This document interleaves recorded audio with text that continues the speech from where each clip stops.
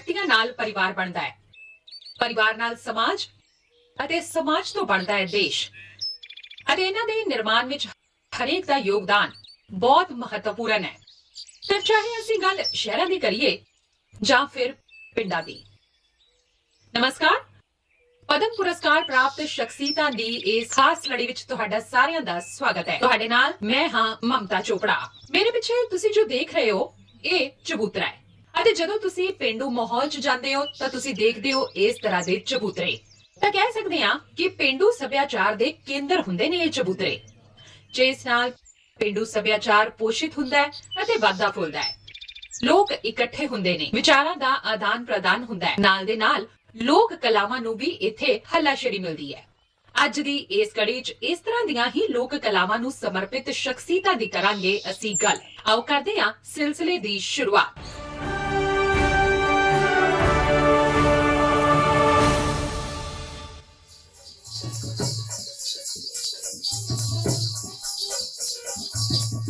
ਇਹ ਹੈ ਮਹਾਰਾਸ਼ਟਰ ਦਾ ਮਸ਼ਹੂਰ ਲਾਵਨੀ ਨ੍ਰਿਤ, ਜਿਸ ਨੂੰ ਲਾਵਨੀ ਗੀਤਾ ਤੇ ਕੀਤਾ ਜਾਂਦਾ ਹੈ। ਹਰ ਸੂਬੇ ਦਾ ਇਹ ਆਪਣਾ ਲੋਕ ਸੱਭਿਆਚਾਰ ਬੇਹੱਦ ਖੁਸ਼ਹਾਲ ਤੇ ਬੇਹੱਦ ਖੂਬਸੂਰਤ ਹੁੰਦਾ ਹੈ, ਪਰ ਬਹੁਤ ਸਾਰੀਆਂ ਇਸ ਤਰ੍ਹਾਂ ਦੀਆਂ ਵੀ ਲੋਕ ਕਲਾਵਾਂ ਨੇ ਜਿਹੜੀਆਂ ਸਾਡੇ ਸਾਹਮਣੇ ਇੰਨੀਆਂ ਪ੍ਰਸਿੱਧ ਨਹੀਂ ਨੇ, ਪਰ ਸਥਾਨਕ ਪੱਧਰ ਤੇ ਬਹੁਤ ਮਸ਼ਹੂਰ ਹੁੰਦੀਆਂ ਨੇ। ਜਿਸ ਤਰ੍ਹਾਂ ਛੱਤੀਸਗੜ੍ਹ ਦੀ ਪੰਡਵਾਨੀ ਅਤੇ ਊਸ਼ਾ ਬਾਰਲੇ ਵਰਗੀਆਂ ਲੋਕ ਗਾਇਕਾਵਾਂ। ਇਸ ਤਰ੍ਹਾਂ ਦੀਆਂ ਲੋਕ ਕਲਾਵਾਂ ਯਾਨੀ ਪੰਡਵਾਨੀ ਨੂੰ ਦੇਸ਼ਾਂ ਵਿਦੇਸ਼ਾਂ ਤੱਕ ਪ੍ਰਸਿੱਧੀ ਦਿਵਾ ਰਹੇ ਹੈ ਅਤੇ ਇਸੇ ਲਈ ਤਾਂ ਪਾ ਰਹੇ ਹੈ ਪਦਮ ਸ਼੍ਰੀ ਦਾ ਸਨਮਾਨ। मदना मना मोहन भैया का मदना मना मदना मना मोहन। पंडवानी यानी पांडव बानी, मतलब पांडव कथा। मामा सगुनी कहे दुर्योधन राजा होकर के आप सोचते हो। छत्तीसगढ़ दी इको एक नाट कला। ਇਸ ਕਲਾ ਸ਼ੈਲੀ 'ਚ ਲੋਕ ਗੀਤਾਂ ਨੂੰ ਨਵੀਆਂ ਉਚਾਈਆਂ ਤੇ ਪਹੁੰਚਾਉਣ ਵਾਲੀ ਛੱਤੀਸਗੜ੍ਹ ਦੇ ਭਿਲਾਈ ਦੀ ਰਹਿਣ ਵਾਲੀ ਗਾਇਕਾ ਊਸ਼ਾ ਬਾਰਲੇ ਦੀ ਕਲਾ ਸਮਰੱਥਾ ਦੇ ਪ੍ਰਤੀ ਸਨਮਾਨ ਹੈ ਪਦਮ ਸ਼੍ਰੀ ਪੁਰਸਕਾਰ।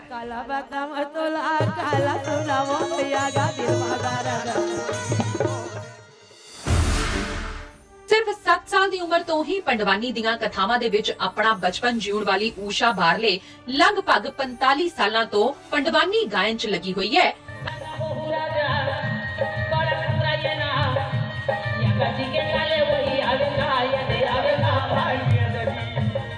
ਨਾ ਸਿਰਫ ਭਾਰਤ ਦੇ ਵੱਖ-ਵੱਖ ਸੂਬਿਆਂ 'ਚ ਬਲਕਿ ਬ੍ਰਿਟੇਨ, ਅਮਰੀਕਾ ਸਣੇ 12 ਤੋਂ ਵੱਧ ਦੇਸ਼ਾਂ ਵਿੱਚ ਆਪਣੀ ਗਾਇਕੀ ਦੇ ਮਾਧਿਅਮ ਰਾਹੀਂ ਪੰਡਵਾਨੀ ਸ਼ੈਲੀ ਦੇ ਰੰਗ ਫੈਲਾ ਚੁੱਕੀ ਹੈ।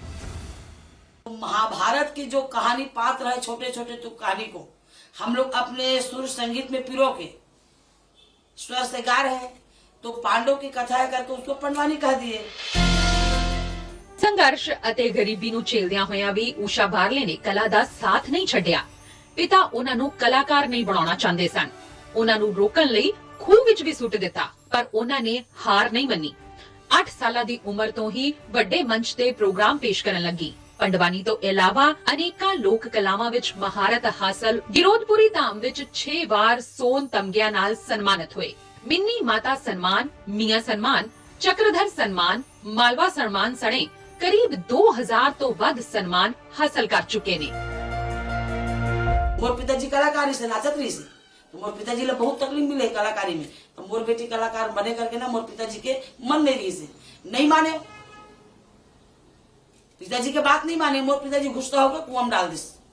ओकर बाद जो पाड़ा पड़ोस के मन देखी तो फिर कुआं से निकाली, निकाले के बाद फिर मोर पिताजी ला 2-4 शब्दों मन गाली दिस, डांटिस, अरे आप ऐसे क्यों कर रहे हो भाई। ਛੱਤੀਸਗੜ੍ਹ ਦੀ ਪ੍ਰਧਾਨ ਅਤੇ ਦੇਵਰ ਜਾਤੀਆਂ ਦਾ ਗਾਇਨ ਵਿਰਸਾ ਹੈ ਪੰਡਵਾਨੀ, ਜਿਸ ਨੂੰ ਕਦੇ ਵੀ ਕਿਧਰੇ ਵੀ ਆਯੋਜਿਤ ਕਰ ਸਕਦੇ ਨੇ। ਕਦੀ-ਕਦੀ ਕਈ ਰਾਤਾਂ ਤੱਕ ਪੰਡਵਾਨੀ ਲਗਾਤਾਰ ਚੱਲਦੀ ਰਹਿੰਦੀ ਹੈ। ਪੰਡਵਾਨੀ ਗਾਇਕ ਤੰਬੂਰੇ ਨੂੰ ਹੱਥ ਵਿੱਚ ਲੈ ਕੇ ਕਹਾਣੀ ਪੇਸ਼ ਕਰਦੇ ਨੇ। ਤੰਬੂਰਾ ਕਦੀ ਭੀਮ ਦੀ ਗਦਾ ਤੇ ਕਦੀ ਅਰਜੁਨ ਦਾ ਧਨੁਸ਼ ਬਣ ਜਾਂਦਾ ਹੈ ਅਤੇ ਰੋਚਕ ਪ੍ਰਸ਼ਨਾਂ ਰਾਹੀਂ ਅੱਗੇ ਵਧਾਇਆ ਜਾਂਦਾ ਹੈ। अब शिष्य को पद्मश्री मिला तो गुरु को कैसा लगता है, खुशी आती है। कम से कम उसको पद्मश्री के उपाधि मिली गई और वो भी आगे बढ़े। मेरे पास में पंडवानी सीखने आती थी, वो बेचारी गरीबी थी, वो केला बेचते थे और मेरे पास में मेरे ऑफिस में सीखने आती थी तो उसको दिल से सिखाती रही। आज वो सीख के पद्मश्री हो गई। ਇਸ ਲੋਕ ਕਲਾ ਦੇ ਨਾਲ-ਨਾਲ ਵੱਖ-ਵੱਖ ਸੱਭਿਆਚਾਰਕ ਪ੍ਰੋਗਰਾਮਾਂ ਦੇ ਮਾਧਿਅਮ ਨਾਲ ਇਹ ਪਲਸ ਪੋਲੀਓ ਵਰਗੇ ਮੁੱਦਿਆਂ ਪ੍ਰਤੀ ਲੋਕਾਂ ਵਿੱਚ ਜਾਗਰੂਕਤਾ ਵੀ ਫੈਲਾ ਰਹੀ ਹੈ। ਊਸ਼ਾ ਬਾਰਲੇ ਪੰਡਵਾਨੀ ਲੋਕ ਕਲਾ ਦੀ ਸੰਭਾਲ ਅਤੇ ਪ੍ਰੋਤਸਾਹਨ ਲਈ ਲੋਕ ਗਾਇਕਾ ਊਸ਼ਾ ਬਾਰਲੇ ਨੂੰ ਪਦਮ ਸ਼੍ਰੀ ਦੀਆਂ ਹਾਰਦਿਕ ਸ਼ੁਭਕਾਮਨਾਵਾਂ।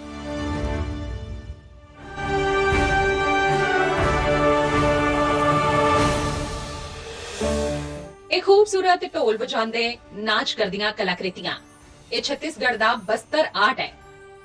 ਬਹੁਤ ਮਸ਼ਹੂਰ ਨੇ ਇਸ ਤਰ੍ਹਾਂ ਦੀਆਂ ਲੋਹੇ ਨਾਲ ਬਣਾਈਆਂ ਗਈਆਂ ਕਲਾਕ੍ਰਿਤੀਆਂ ਅਤੇ ਇਸ ਤਰ੍ਹਾਂ ਦੀਆਂ ਕਲਾਕ੍ਰਿਤੀਆਂ ਨੂੰ ਜੇ ਤੁਸੀਂ ਦੇਖਦੇ ਹੋ ਤਾਂ ਪੁਰਸ਼ ਮਿਲ ਕੇ ਨਾਚ ਕਰ ਰਹੇ ਨੇ। ਤਾਂ ਇਹ ਦਿਖਾਉਂਦਾ ਹੈ ਕਿ ਕਿਸ ਤਰ੍ਹਾਂ ਨਾਲ ਲੋਕ ਸੱਭਿਆਚਾਰ ਮਿਲ ਕੇ ਕੰਮ ਕਰਨਾ, ਮਿਲ ਕੇ ਮਨੋਰੰਜਨ ਕਰਨਾ ਇਹ ਭਾਵਨਾ ਬਹੁਤ ਮਹੱਤਵਪੂਰਨ ਹੈ ਅਤੇ ਇਸੇ ਭਾਵਨਾ ਨੂੰ ਦਿਖਾ ਰਹੇ ਨੇ ਮੁਆ ਸੁਬੋਂਗ। ਨਾਗਾਲੈਂਡ ਦੇ ਨੇ। ਨਾਗਾਲੈਂਡ 'ਚ ਜਿਹੜਾ ਉੱਥੋਂ ਦਾ ਸੱਭਿਆਚਾਰ ਹੈ ਸਮੇਂ ਦੇ ਨਾਲ ਲੋਕ ਕਥਾਵਾਂ, ਲੋਕ ਸੱਭਿਆਚਾਰ ਆਲੋਪ ਨਾ ਹੋ ਜਾਏ। ਉਹਨਾਂ ਨੇ ਇਸ ਨੂੰ ਗੀਤਾਂ ਦੇ ਮਾਧਿਅਮ ਨਾਲ ਅੱਜ ਦੇ ਨੌਜਵਾਨਾਂ ਤੱਕ ਪਹੁੰਚਾਉਣ ਦਾ ਬੀੜਾ ਚੁੱਕ ਲਿਆ ਹੈ ਅਤੇ ਨਾਲ ਹੀ ਬਣਾ ਦਿੱਤਾ ਹੈ ਖੂਬਸੂਰਤ ਵਾਦ ਯੰਤਰ ਬਮਹਮ। ਕੌਣ ਹੈ ਮੁਆ ਸੁਬੋਂਗ? ਆਓ ਤੁਹਾਨੂੰ ਦੱਸੀਏ।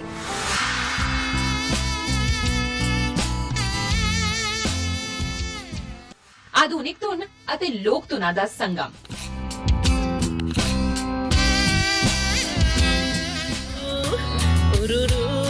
ਇਹ ਹੈ ਨਾਗਾਲੈਂਡ ਦੇ ਦੀਮਾਪੁਰ ਦੇ ਮੁਆ ਸੁਬੋਂਗ ਦਾ ਬੈਂਡ ਐਬੀਓ ਜੁਨੈਸਿਸ, ਜਿਸ ਵਿੱਚ ਹੋਰ ਯੰਤਰਾਂ ਨਾਲ ਵਜਾਇਆ ਜਾ ਰਿਹਾ ਹੈ ਬਮਹਮ, ਇੱਕ ਨਵਾਂ ਯੰਤਰ।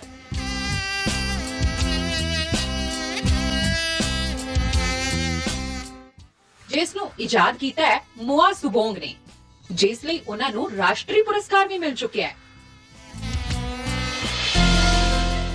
ਇੱਕ ਵੱਡੀ ਬੰਸਰੀ ਵਰਗਾ ਦਿਖਣ ਵਾਲਾ ਬਮਹਮ ਦੋ ਸ਼ਬਦਾਂ ਬਾਂਸ ਅਤੇ ਹਮਿੰਗ ਨਾਲ ਬਣਿਆ ਹੈ,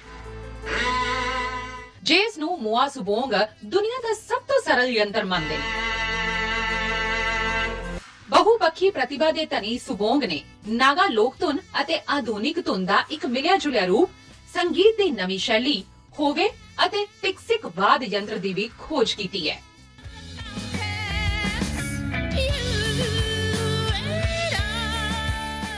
This is the bamham, which I invented, and looks like a flute, but it is not a flute. Necessity is the mother of all invention. Likewise, when my wife Arunla, she was appointed as guru to teach folk theatre and music.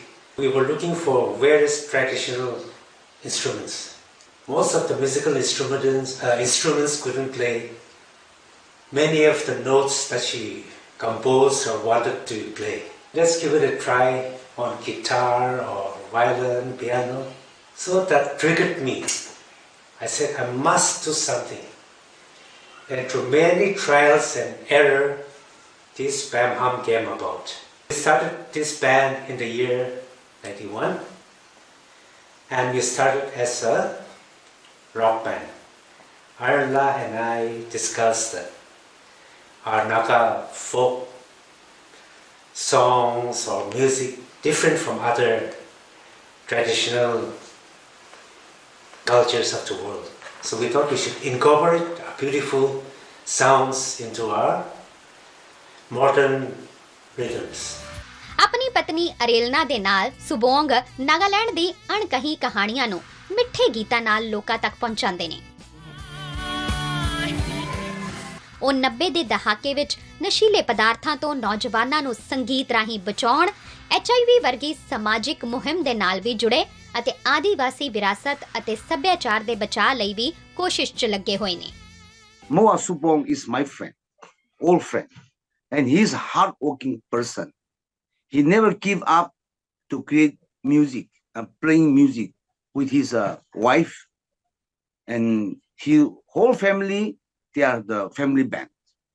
And really now, what he's doing is, now he wants to change the music for the Northeast and especially our folk songs. And he create a music instrument also. Now the Northeast artists, they are so happy. We are proud of that. And they give a lot of encourage to the artists, because to the artists now on, they give big recognitions to the grassroots artists.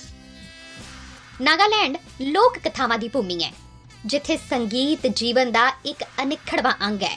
ਵੱਖ-ਵੱਖ ਜਨਜਾਤੀਆਂ ਕੋਲ ਤਾਤੀ, ਠੇਕੂ, ਅਸੀਏਨ, ਜੰਜੀ ਵਰਗੇ ਪਾਰੰਪਰਿਕ ਵਾਦ ਯੰਤਰ ਨੇ, ਜਿਹੜੇ ਉਹਨਾਂ ਦੇ ਰੀਤੀ ਰਿਵਾਜ਼ਾਂ ਨੂੰ ਮਹੱਤਵ ਦਿੰਦੇ ਨੇ। ਇਸ ਤਰ੍ਹਾਂ ਬਦਲਦੇ ਸਮੇਂ ਦੇ ਨਾਲ ਨਵੇਂ ਦੌਰ ਦੇ ਆਧੁਨਿਕ ਰੌਕ ਸੰਗੀਤ ਦੇ ਨਾਲ ਪਰੰਪਰਾਗਤ ਨਾਗਾ ਸੰਗੀਤ ਦਾ ਫਿਊਜ਼ਨ ਕਰਕੇ ਲੋਕਾਂ ਨੂੰ ਨਾਗਾ ਸੱਭਿਆਚਾਰ ਵੱਲ ਆਕਰਸ਼ਿਤ ਕਰ ਰਹੇ ਨੇ ਮੋਆ ਸੁਬੋਂਗ। ਨਾਗਾਲੈਂਡ ਦੇ ਗਾਇਕ, ਸੰਗੀਤਕਾਰ ਅਤੇ ਇਨੋਵੇਟਰ ਮੋਆ ਸੁਬੋਂਗ ਨੂੰ ਪਦਮ ਸ਼੍ਰੀ ਪੁਰਸਕਾਰ ਲਈ ਹਾਰਦਿਕ ਵਧਾਈ।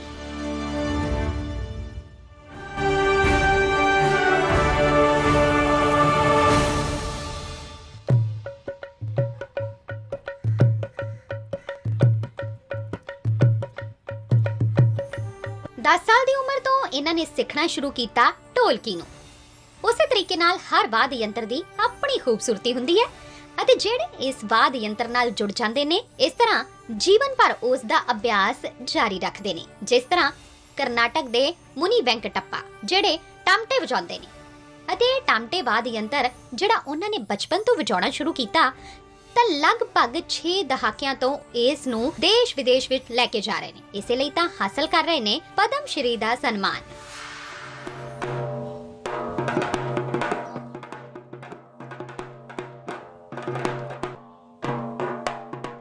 ਇਹ ਧੁਨ ਹੈ ਇੱਕ ਵਾਦ ਯੰਤਰ ਟਮਟੇ ਦੀ, ਇੱਕ ਤਰ੍ਹਾਂ ਦਾ ਹੱਥ ਨਾਲ ਵਜਾਇਆ ਜਾਣ ਵਾਲਾ ਡਰਮ, ਜਿਸ ਨੂੰ ਅੰਤਰਰਾਸ਼ਟਰੀ ਪੱਧਰ ਤੱਕ ਸਮਰਿੱਧੀ ਦਿਵਾਈ ਹੈ ਕਰਨਾਟਕ ਦੇ ਚਿੱਕਾਬਲਾਪੁਰਾ ਜ਼ਿਲ੍ਹੇ ਦੇ ਪਿੰਡੀ ਪਾਪਨਹੱਲੀ ਪਿੰਡ ਦੇ ਇੱਕ ਕਲਾਕਾਰ 77 ਵਰਿਆਂ ਦੇ ਮੁਨੀ ਵੈਂਕਟੱਪਾ ਨੇ, ਜਿਹੜੇ 60 ਸਾਲਾਂ ਤੋਂ ਇਸ ਵਾਦ ਯੰਤਰ ਦੀਆਂ ਧੁਨਾਂ ਨੂੰ ਲੋਕਾਂ ਅੱਗੇ ਪੇਸ਼ ਕਰ ਰਹੇ ਨੇ।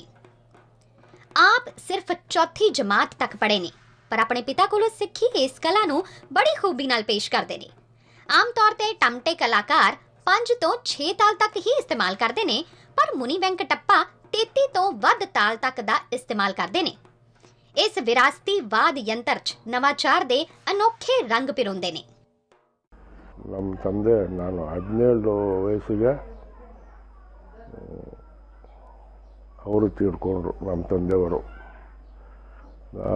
ತಂದೆಯವರು ತೀರ್ಕೊಂಡ್ರು ಅಂದರೆ ಹಿಂಗೆ ಊರುಗಳಲ್ಲಿ, ಹಳ್ಳಿಗಳಲ್ಲಿ, ಟೌನಲ್ಲಿ ಹೇಳ್ತಾಯಿದ್ರು, ಪಾಪಣ್ಣ ಹೋಗ್ಬಿಟ್ಟ, ಇನ್ನು ತಮಟೆ ಬಾರಿಸೋರು ಯಾರೂ ಇಲ್ಲ ಅಂತ ಹೇಳ್ಕೊಂಡು ಇದು ಮಾಡ್ತಾಯಿದ್ರು. ಆಮೇಲೆ ನಾನು ಕಲಿಬೇಕು ಅಂತ ಆಸೆ ಹುಟ್ಟಿತು. ಆಮೇಲೆ ನಾನು ಶುರು ಮಾಡಿದೆ. ಕಷ್ಟಗಳು, ರಿಂಟಾಣಿಗೆ ಹೋಗೋದು,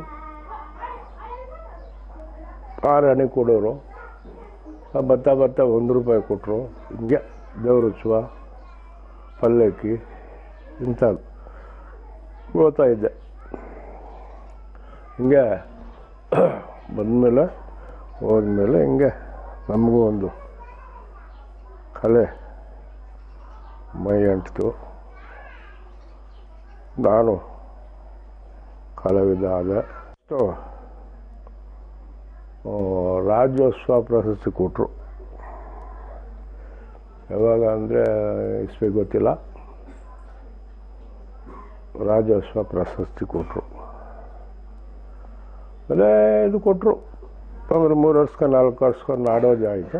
ನಾಡೋಜ ಪ್ರಶಸ್ತಿಗಳು ಹಂಪಿ ಯೂನಿವರ್ಸಿಟಿ. ಆಮೇಲೆ ಇಂಥ ಪ್ರಶಸ್ತಿಗಳು ಅದು ಇದು ಕೊಟ್ಟರು. ಆಮೇಲೆ ಈಗ ಈ ಸಾಲಿನ ನಮಗೆ ಪದ್ಮಶ್ರೀ ಪ್ರಶಸ್ತಿಯನ್ನು ಕೊಟ್ಟು ನಮಗೆ ಒಂದು ಹೆಸರು ತಂದಿಕ್ಕಿದ್ದು. ਕਲਾ ਦੇ ਪ੍ਰਤੀ ਪ੍ਰੇਮ ਹੀ ਹੈ ਕਿ ਮੁਨੀ ਵੈਂਕਟੱਪਾ ਟਮਟੇ ਦੇ ਨਾਲ-ਨਾਲ ਤਾਸ਼ੇ, ਢੋਲੂ, ਲੋਕਵਾਦ ਯੰਤਰ ਵਜਾਉਣ 'ਚ ਵੀ ਮਾਹਿਰ ਨੇ। 13 ਕਲਾਕਾਰਾਂ ਦਾ ਗਰੁੱਪ ਬਣਾ ਕੇ ਇਸ ਨੂੰ ਮੇਲਿਆਂ, ਤਿਉਹਾਰਾਂ, ਸਪੈਸ਼ਲ ਪ੍ਰੋਗਰਾਮਾਂ 'ਚ ਜਦ ਪੇਸ਼ ਕਰਨ ਲੱਗੇ ਤਾਂ ਲੋਕਾਂ ਨੂੰ ਵੀ ਇਸ ਮਿੱਠੇ ਵਾਦ ਯੰਤਰ ਬਾਰੇ ਜਾਣਕਾਰੀ ਹੋਣ ਲੱਗੀ ਤੇ ਇਹ ਸਿਲਸਿਲਾ ਲਗਾਤਾਰ ਅੱਗੇ ਵਧਦਾ ਗਿਆ। जिन लोगों ने सही मायने में ओवर द जनरेशन्स और अपनी पूरी लाइफ में हमारी कंट्री को कंट्रीब्यूट किया है, उनको ऑनर करना पद्मा अवार्ड से, मुझे लगता है ये एक हमारे आर्ट और कल्चर की खासतौर पे बात करूं तो उसके लिए बहुत अच्छी चीज है। मुनि वेंकटप्पा जी को बहुत बहुत शुभकामनाएं देता हूं। उन्हें पद्मा पुरस्कार से नवाजा गया है और ये बहुत बड़ी बात है, उनका बहुत बड़ा कंट्रीब्यूशन है। 50 इयर्स से ज़्यादा का उनका परफॉर्मेंस कैरियर रहा है, जिसमें उन्होंने इस इंस्ट्रूमेंट को बहुत फैलाया है, लोगों के बीच में लाया है, उसकी पॉपुलैरिटी में, उसके प्रमोशन में, प्रोपगेशन में उनका बहुत बड़ा हाथ है। ਟਮਟੇਵਾਦ ਯੰਤਰ ਦੱਖਣ ਭਾਰਤ ਦੇ ਸੂਬਿਆਂ ਵਿੱਚ ਵੱਧ ਪ੍ਰਚਲਿਤ ਹੈ। ਮੰਨਿਆ ਜਾਂਦਾ ਹੈ ਕਿ ਇਸ ਦੀ ਸ਼ੁਰੂਆਤ ਪੁਰਾਣੇ ਮੈਸੂਰ 'ਚ ਹੋਈ। ਹਾਲਾਂਕਿ ਇਹ ਵਾਦ ਯੰਤਰ ਪਹਿਲਾਂ ਸਿਰਫ ਅਨੁਸੂਚਿਤ ਜਾਤੀ ਵਾਲੇ ਹੀ ਵਜਾਉਂਦੇ ਸਨ, ਪਰ ਮੁਨੀ ਵੈਂਕਟੱਪਾ ਇਸ ਸੋਚ ਦੇ ਬਾਵਜੂਦ ਇਸ ਕਲਾ ਦਾ ਅਗਲੀ ਪੀੜ੍ਹੀ ਤੱਕ ਪ੍ਰਸਾਰ ਕਰਨ ਦੇ ਲਈ ਹੋਰ ਨੌਜਵਾਨਾਂ ਅਤੇ ਉੱਭਰਦੇ ਹੋਏ ਕਲਾਕਾਰਾਂ ਨੂੰ ਇਸ ਵਿੱਚ ਸਿਖਲਾਈ ਦਿੰਦੇ ਨੇ। ਮੁਨੀ ਵੈਂਕਟੱਪਾ ਨੇ ਵਿਦੇਸ਼ਾਂ ਵਿੱਚ ਜਾ ਕੇ ਵੀ ਇਸ ਕਲਾ ਨਾਲ ਲੋਕਾਂ ਨੂੰ ਰੂਬਰੂ ਕਰਵਾਇਆ ਅਤੇ ਪ੍ਰਸਿੱਧੀ ਪਾਈ। ਵਾਦਕ ਨਦੋਜਾ ਪਿੰਡੀ ਪਾਪਨਹੱਲੀ ਮੁਨੀ ਵੈਂਕਟੱਪਾ ਨੂੰ ਪਦਮ ਸ਼੍ਰੀ ਪੁਰਸਕਾਰ ਲਈ ਹਾਰਦਿਕ ਸ਼ੁਭਕਾਮਨਾਵਾਂ।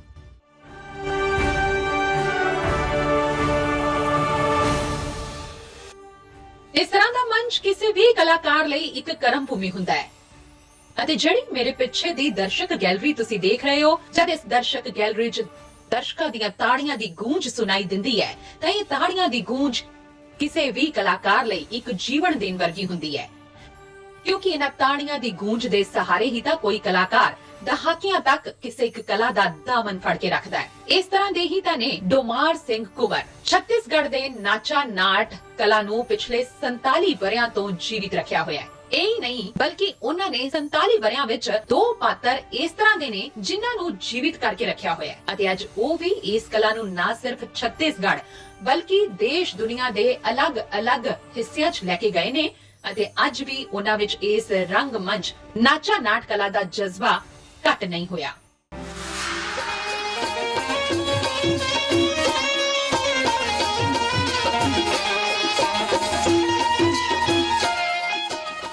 ਛੱਤੀਸਗੜ੍ਹ ਦੀ ਅਲੋਪ ਹੁੰਦੀ ਨਾਚਾ ਨਾਟ ਕਲਾ।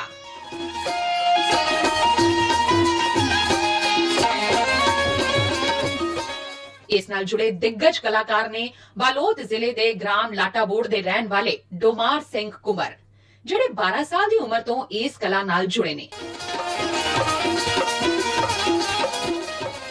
ਜੈ ਜਵਾਨ ਜੈ ਕਿਸਾਨ ਅਤੇ 5 ਦਹਾਕਿਆਂ ਤੋਂ ਨਾਚਾ ਕਲਾ ਦਾ ਮੰਚਾਂ ਤੇ ਪ੍ਰਦਰਸ਼ਨ ਕਰਦੇ ਆ ਰਹੇ ਨੇ। ਮੈਂ ਸਿੱਖ ਗਿਆ ਯਾਰ यहाँ का रोड दादा 47 ਸਾਲਾਂ ਤੋਂ ਪਰੀ ਵਡਾਕੂ ਸੁਲਤਾਨ ਦੀ ਭੂਮਿਕਾ ਨਿਭਾ ਕੇ ਜੀਵਿਤ ਰੱਖਣ ਲਈ ਕੋਸ਼ਿਸ਼ 'ਚ ਨੇ। ਇਹਨਾਂ ਨੇ 5000 ਤੋਂ ਵੀ ਵੱਧ ਸ਼ੋਅ ਕੀਤੇ ਨੇ, ਜਿਸ ਵਿੱਚ ਇਸ ਕਲਾ ਦਾ ਪ੍ਰਦਰਸ਼ਨ ਕੀਤਾ। मेरे पिताजी भी, मेरे दादाजी भी, मेरा खानदान चला आ रहा है, तो उनसे मैं सुना, देखा, सीखा और ये मूल है सब विधाओं का, क्योंकि उस समय, अब मेरे ज़माने में भी, मेरे पिताजी के ज़माने में भी एक सिर्फ नाच ही होता था मनोरंजन का साधन। मुझे लोग पहचानते हैं, इतना पहचानते हैं कि मेरे आवाज़ को भी जानते हैं। वो एक सुल्ताना डाकू का मैं रोल करता हूँ, वो जवानी से करते आ रहा हूँ अभी तक, और मुझे मेरा नाम से ज़्यादा नहीं बुलाते, सुल्ताना जी करके भी बुलाते। 74 ਸਾਲਾ ਡੋਮਾਰ ਸਿੰਘ ਕੁੰਵਰ ਨੇ ਨਾਚਾ ਗੰਬਦ ਨੂੰ ਨਾ ਸਿਰਫ ਜੀਵਿਆ ਬਲਕਿ ਕਈ ਮੰਚਾਂ ਤੇ ਆਪਣੀ ਪ੍ਰਤਿਭਾ ਦਾ ਲੋਹਾ ਮਨਵਾਇਆ। हम भी देखेंगे उठ रहे उधर। ਹੁਣ ਉਹ ਨਾਚਾ ਗੰਬਦ ਦੀ ਅਨੋਖੀ ਵਿਰਾਸਤ ਨੂੰ ਕਾਰਜਸ਼ਾਲਾਵਾਂ ਆਯੋਜਿਤ ਕਰਕੇ ਬੱਚਿਆਂ ਨੂੰ ਸਿਖਾ ਕੇ ਇਸ ਨੂੰ ਸੰਭਾਲਣ ਦੀ ਕੋਸ਼ਿਸ਼ ਕਰ ਰਹੇ ਨੇ। ਇਸ ਦੇ ਨਾਲ ਹੀ ਉਹ 150 ਤੋਂ ਵੱਧ ਪ੍ਰੇਰਨਾਦਾਇਕ ਲੋਕ ਗੀਤ, ਵਾਤਾਵਰਣ, ਨਸ਼ਾ ਮੁਕਤੀ, ਕੋੜ ਦੀ ਬਿਮਾਰੀ ਨੂੰ ਰੋਕਣ ਬਾਰੇ ਗੀਤ ਵੀ ਲਿਖ ਚੁੱਕੇ ਨੇ। मुझे बहुत खुशी हुई है, और मुझे ही नहीं, मेरे जितने शागिर्द हैं, मुझसे जुड़े हुए कलाकार हैं, ऐसा लगता है कि ये पुरस्कार जो है सबको मिल गया है। नाचा नाट्य ये एक ऐसी कला है जो छोटे कस्बों में जाकर अपनी कला के द्वारा लोगों को जागरूक करते हैं। और ऐसे लोग, डोमार सिंह कुंवर, पहले तो आपको बहुत बहुत धन्यवाद और शुभकामनाएं जो आप इतने बरसों से ये सेवाएं करते हैं। सच्चे तो मैं ये कहती हूँ कि हमारे हिंदुस्तान के ये जो कलाकार है सब, यही तो हमारी उन्नति कर रहे हैं कला के क्षेत्र में। ਨਾਚਾ ਛੱਤੀਸਗੜ੍ਹ ਦੀ ਇੱਕ ਹਰਮਨ ਪਿਆਰੀ ਨਾਟ ਕਲਾ ਸ਼ੈਲੀ ਹੈ। ਨਾਚਾ 'ਚ ਕਲਾਕਾਰ ਦੇ ਚਿਹਰੇ ਦੀਆਂ ਭਾਵਨਾਵਾਂ ਨੂੰ ਮਹੱਤਵ ਦਿੱਤਾ ਜਾਂਦਾ ਹੈ ਅਤੇ ਇਸ ਵਿੱਚ ਹਾਸ ਕਲਾ ਅਹਿਮ ਹੈ। मंतर ला मने कैसा पता लगाना चाहिए सच है कि झूठ है? ਨਾਚਾ ਨਾਟ ਕਲਾ ਦੇ ਦਿੱਗਜ ਕਲਾਕਾਰ ਡੋਮਾਰ ਸਿੰਘ ਕੁੰਵਰ ਨੂੰ ਪਦਮ ਸ਼੍ਰੀ ਪੁਰਸਕਾਰ ਲਈ ਹਾਰਦਿਕ ਵਧਾਈ।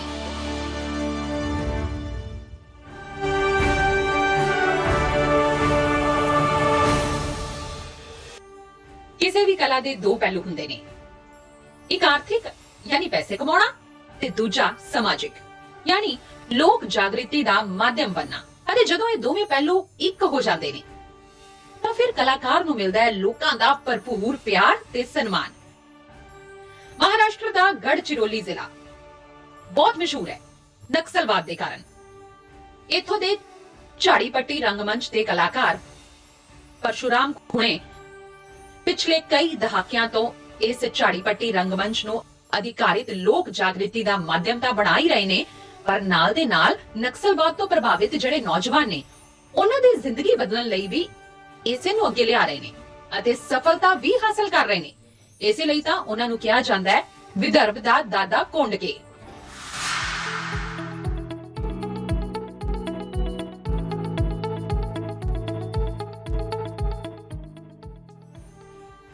ਮਹਾਰਾਸ਼ਟਰ ਦੇ ਨਕਸਲ ਪ੍ਰਭਾਵਿਤ ਖੇਤਰ ਗੜਚਿਰੋਲੀ ਦੇ ਝਾੜੀ ਪੱਟੀ ਰੰਗ ਭੂਮੀ ਕਲਾਕਾਰ ਪਰਸ਼ੂਰਾਮ ਕੋਮਾਜੀ ਖੁਣੇ ਆਪਣੇ ਕੰਮਾਂ ਦੀ ਲੋਕਪ੍ਰਿਯਤਾ ਦੇ ਚਲਦਿਆਂ ਵਿਦਰਭ ਦੇ ਦਾਦਾ ਕੋਂਡਕੇ ਦੇ ਨਾਂ ਨਾਲ ਜਾਣੇ ਜਾਂਦੇ ਨੇ।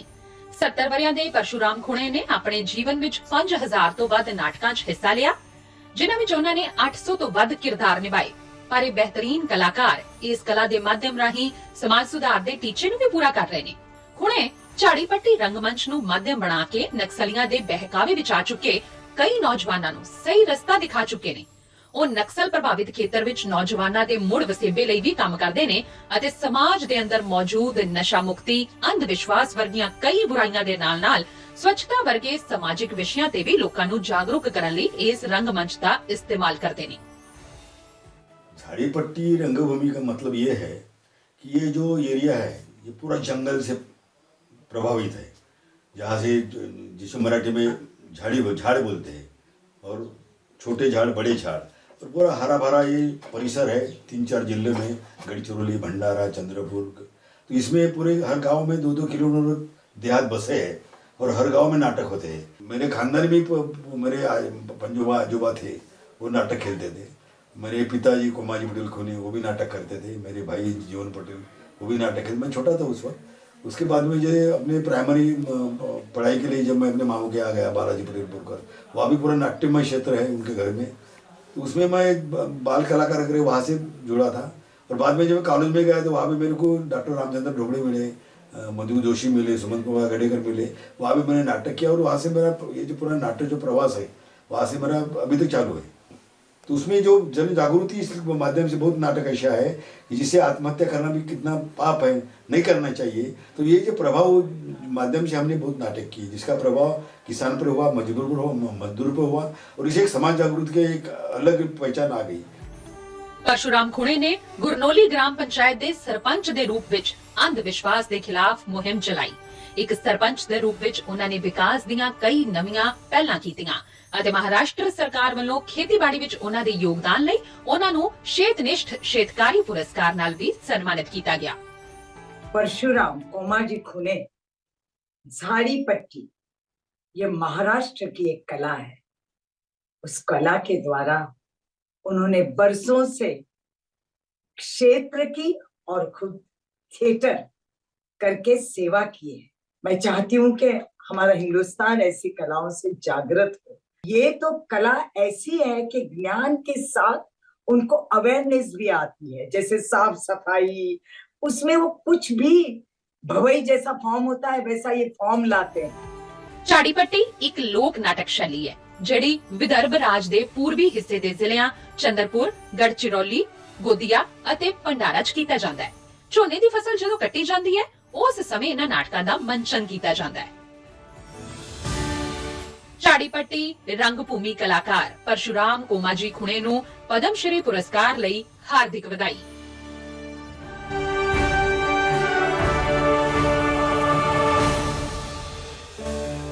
ਕੋਈ ਵੀ ਕੰਮ ਆਸਾਨ ਨਹੀਂ ਹੁੰਦਾ ਅਤੇ ਹਰ ਕੰਮ ਦੇ ਲਈ ਚਾਹੇ ਉਹ ਛੋਟਾ ਹੋਵੇ ਜਾਂ ਵੱਡਾ ਲਗਨ ਦੀ, ਜਨੂਨ ਦੀ, ਨਿਰੰਤਰਤਾ ਦੀ ਜ਼ਰੂਰਤ ਹੁੰਦੀ ਹੈ। ਕੁਝ ਇਸ ਤਰ੍ਹਾਂ ਦੀ ਕੋਸ਼ਿਸ਼ ਚਾਹੀਦੀ ਹੁੰਦੀ ਹੈ ਤਾਂ ਜੋ ਉਸ ਕੰਮ ਦੇ ਮਾਧਿਅਮ ਰਾਹੀਂ ਤੁਸੀਂ ਲੋਕਾਂ ਤੱਕ ਜੁੜ ਸਕੋ ਅਤੇ ਸਾਡੀਆਂ ਪਦਮ ਸ਼੍ਰੀ ਪੁਰਸਕਾਰ ਹਾਸਲ ਕਰਨ ਵਾਲੀਆਂ ਸ਼ਖਸੀਅਤਾਂ ਇਸੇ ਤਰੀਕੇ ਦੀਆਂ ਕੋਸ਼ਿਸ਼ਾਂ ਤੇ ਜ਼ੋਰ ਦੇ ਰਹੀਆਂ ਨੇ ਅਤੇ ਸਾਡੇ ਸਾਰਿਆਂ ਦੇ ਸਾਹਮਣੇ ਬਣ ਰਹੀਆਂ ਨੇ ਇੱਕ ਉਦਾਹਰਨ ਅਤੇ ਇਸ ਲਈ ਤਾਂ ਦੇਸ਼ ਕਰ ਰਿਹਾ ਹੈ ਇਹਨਾਂ ਨੂੰ ਸਲਾਮ। ਇਹ ਨੇ ਸਾਡੇ ਪਦਮ ਪ੍ਰੋਗਰਾਮ ਦੇ ਇਸ ਅੰਕ ਵਿੱਚ ਅੱਜ ਬਸ ਇੰਨਾ ਹੀ, ਪਰ ਇਹ ਸਿਲਸਿਲਾ ਅੱਗੇ ਵੀ ਜਾਰੀ ਰਹੇਗਾ। ਫਿਲਹਾਲ ਸਾਡੀ ਪੂਰੀ ਟੀਮ ਨੂੰ ਦਿਓ ਇਜਾਜ਼ਤ। ਨਮਸਕਾਰ।